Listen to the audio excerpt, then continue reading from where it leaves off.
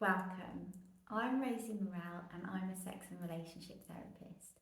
And in this video, I'm going to talk about sissification, humiliation, and small penis humiliation. So, first of all, I'm going to explain what that is, what those terms are. And then I'm going to give an explanation of how that can happen, how you can sexually get aroused by being humiliated and sissified. And then I'm going to explain about some men I've worked with, and one in particular who really inspire me, and give you some food for thought at the end. So I have worked with a sex and relationship now for 4 years, and I've worked with nearly 900 men, and 50% of these men like to be sissified or humiliated or have small penis humiliation. So it's quite significant.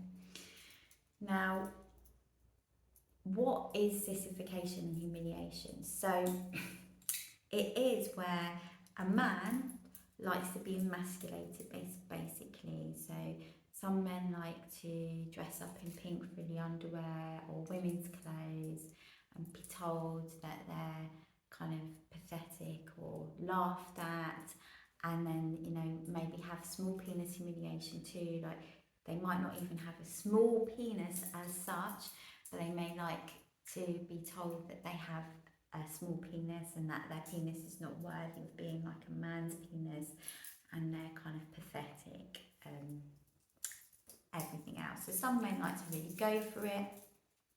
Some men like to have less humiliation, just gentle humiliation. It's kind of on a spectrum, but it's about being emasculated basically as a man. So where does that come from? Because like I said, 50% of the men I've worked with have this fantasy, so it can be quite significant. And it can be viewed in our society as maybe taboo, or like it's a bit odd because we think of men as being masculine. And where does this come from? So when a child needs a lot of love, and I mean, from all the research and understanding I have, I think that my partner and I actually believe that children need far greater love and care and nurture than we currently understand in our society. So much so that we actually believe if you have children, both parents should be full-time parents and not work, because actually that can have kind of subtle but quite detrimental effects on the child's well-being, emotional well-being later on in life, even if you're really caring and you work and you look after your children well, to what what we would consider in our society. So let me give you an example. Even putting your child in its own bedroom, especially before it can speak, because it can't process why that's happening. It can feel kind of rejected, it can feel abandoned. This can create problems later on. So say for example you're really caring parents, you've got to work because you've got to support your family, and you put the baby in 6 months, 1-year-old baby or younger, whatever, in its own bedroom to go to sleep, and it starts to feel rejected and like abandoned, and it copes with that, so it cries, but you can tell that it's maybe not liking something because it's crying, but then it gets used to it and it's just kind of coped with it and numbed that pain. It then gets sent out, maybe because you've got to work, to some form of childcare, and the childcare is not bad, like the people are lovely, but it just again feels kind of, it can't understand because it's before it can speak. This happened to me. I got sent out to childcare before I could speak when I was 1 year old. But send the child because you need to work. And again, it feels abandoned and rejected. So it needs to feel loved and attended to. So then maybe, and this is just really random examples, you pick up your child or children from the childcare, you've had a hard day at work and you're a bit stressed, and then you're just kind of a bit short with the child. You tell it you love it and all of this kind of stuff, but then it does something that kind of maybe is a bit annoying, and you tell it off and it gets more of a reaction from you than when you are kind of giving it love, because you're just kind of in this state of stress or whatever. It's not that you mean to, it's more just that's what happens. So then the reaction it gets from kind of being humiliated can feel like a buzz. It's getting some feedback, it's getting something greater than this feeling of abandonment and feeling of rejection. And that feels like love, and that then can code sexual desire. I'll give you a more specific example of one of my clients that I've worked with. His mum did her best when she brought him up, but she was a smoker, and he hated it. He hated her smoking, and she used to blow her. She had blonde hair, and she used to blow her smoke out of her mouth like this. And he remembers complaining about her smoking one day when he was like around 6 or 7, and she says, "Oh, I feel like putting a glass bowl around your head and blowing smoke into it." I think she actually said that to him when she was later on, when she was like 30. He was 13 or 14, sorry, but he kind of like remembers complaining from a young age about her smoke. So now, as a grown man, he's really into that, having a woman blow smoke in his face and have a glass bowl over him and blow smoke into it, because his mum did her best, but the times when he was complaining about her smoking was the times when he got kind of the most attention and the most kind of, he bought, for want of a better word, affection in a sense, because that's what he was craving. So he's coded love onto that.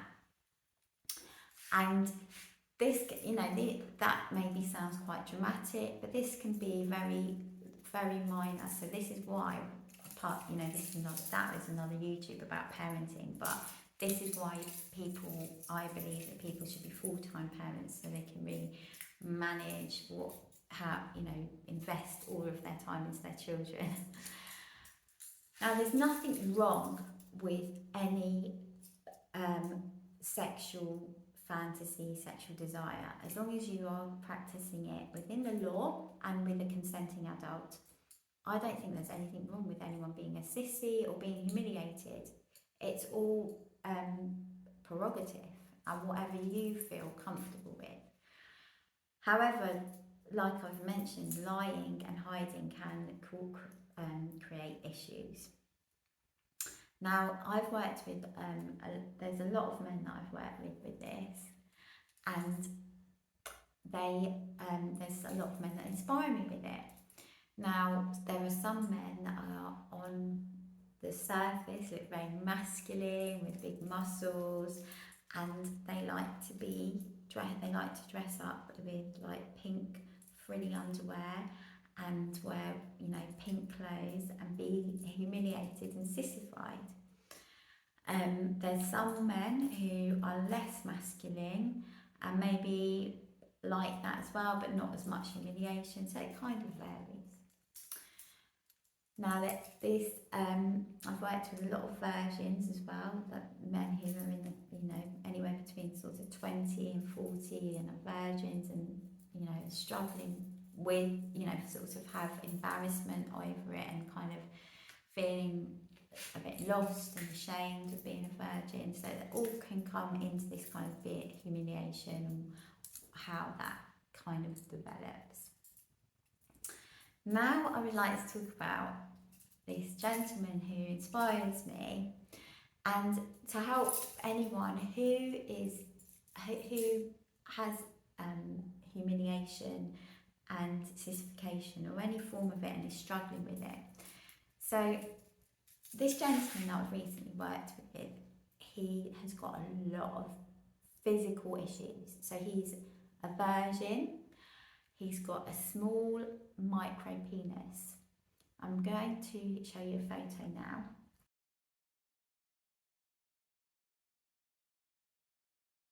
Image shows that that's his penis erect, and it doesn't even look fully erect. Now he now can't even have an erection, so his penis is completely inverted because he had an accident which caused him to be disabled 2 years ago. He's also quite overweight, so he's got issues with that as well, and he's obviously never been in a romantic relationship with a woman. Now he just accepts it, so he loves kind of being humiliated about it, and he gets fun now because he can't even get an erection, so he can't even masturbate. He used to be able to masturbate, but he can't even masturbate now. That he is very, very frustrated, but he now, because he's got sort of no choice, he just kind of accepts that part of his life and even gets off on the frustration. So he only can get some satisfaction off of, he releases some pre-cum when he's aroused through the humiliation, and then he also gets aroused through rubbing his nipples, and that's it. Now I find him inspiring because he's worked with over 3,000 webcam models, because that's the only way he can get satisfied is through paying for his satisfaction. And he set his life up in a way that he's self-funding, so he doesn't rely on anybody for money or anything like that. He obviously, now he's disabled, so he mainly stays at home. So, and he has nurses come in to help him. He actually set up his own online businesses, and that's how he funds his lifestyle.